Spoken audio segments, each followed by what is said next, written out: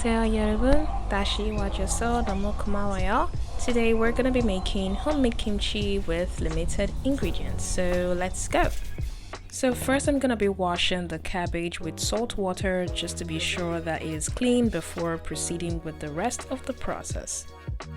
So, kimchi is a traditional Korean side dish consisting of salted, fermented vegetables and most often napa cabbage or Korean radish. While there are different methods of prepping the cabbage, I have chosen based on personal preference to chop the cabbage into smaller pieces. Well, mostly because I've got limited ingredients for this batch. So for those who haven't had kimchi before, the taste of kimchi can vary depending on the specific ingredients used and for how long it is fermented. But generally it is spicy, sour and slightly tangy. So right now I'm soaking the cabbage in salted water and I'm gonna be leaving it for 1 hour at least. There are several varieties of kimchi. Some are milder than the others, some may just contain cabbage, while others may have different vegetables. So it's 1 hour now and I'm taking it out of the salted water so I can begin to add the other ingredients. So here I am mincing some garlics for the kimchi.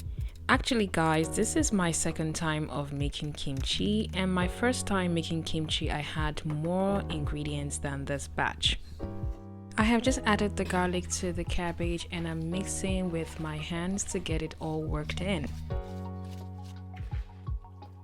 Next I am going to be adding some sugar to the cabbage. And also some salt, just a little bit of salt.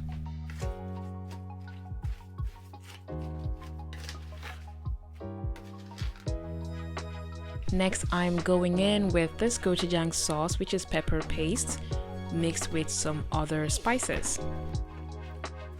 And following that is gochugaru, which is chili powder, and I consider this to be the second lead star of the show. Ideally, I should be working these ingredients with my hands, 근데 손잡갑이 없어요. Cha-chan! This is the final dish and I'm going to be storing in a jar to ferment for a couple of days before I can start to eat it. Thank you for watching. Bye!